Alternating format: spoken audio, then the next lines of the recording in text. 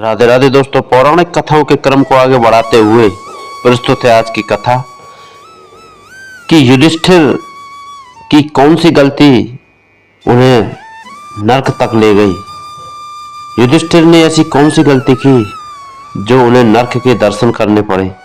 महाभारत युद्ध में द्रोणाचार्य के रण कौशल से पांडव सेना के बड़े बड़े महारथी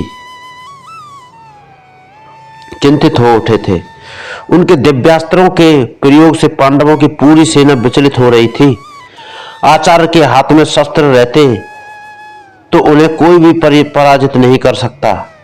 वह स्वयं शस्त्र रख दें तभी उन्हें रोकना संभव है।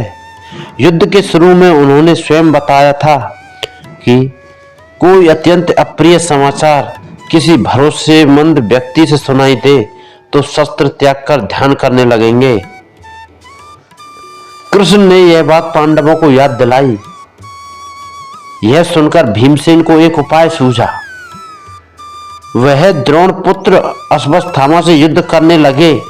युद्ध करते करते भीम ने अश्वत्थामा को युद्ध भूमि से बहुत दूर फेंक दिया। युद्ध में एक अश्वत्थामा नाम का हाथी भी था। भीम ने उसे मार दिया और द्रोणाचार्य के सामने जाकर बोला, अश्वत्थामा मारा गया, अश्वत्थामा मारा गया। द्रोणाचार्य चौंके, किंतु उन्होंने युधिष्ठिर से सही बात की जानकारी चाही। कृष्ण ने धर्मराज से कहा कि अश्वत्थामा के मारे जाने की पुष्टि कर दें। युधिष्ठिर झूठ बोलने के लिए तैयार नहीं थे, किंतु उन्होंने कृष्ण का कहा भी नहीं टाला। युधिष्ठिर ने दुखी मन से कहा, अश्वत्थामा मारा गया। सर्वथा असत्य उनसे फिर भी बोला ना गया। उनके मुंह से आगे निकला, पर यह नहीं पता कि मनुष्य है या हाथी। जैसे ही युधिष्ठिर ने यह कहा, वैसे ही कृष्ण ने 5 जन्य शंख बजाना शुरू कर दिया। युधिष्ठिर के अगले शब्द उसके कारण द्रोणाचार्य सुन भी नहीं सके।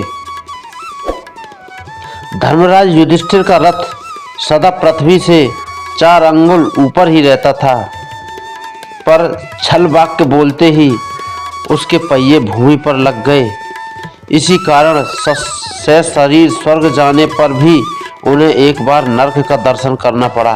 तो दोस्तों, कैसी लगी या फिर आज की कथा कमेंट करके बताएं। जय जय श्री राधे।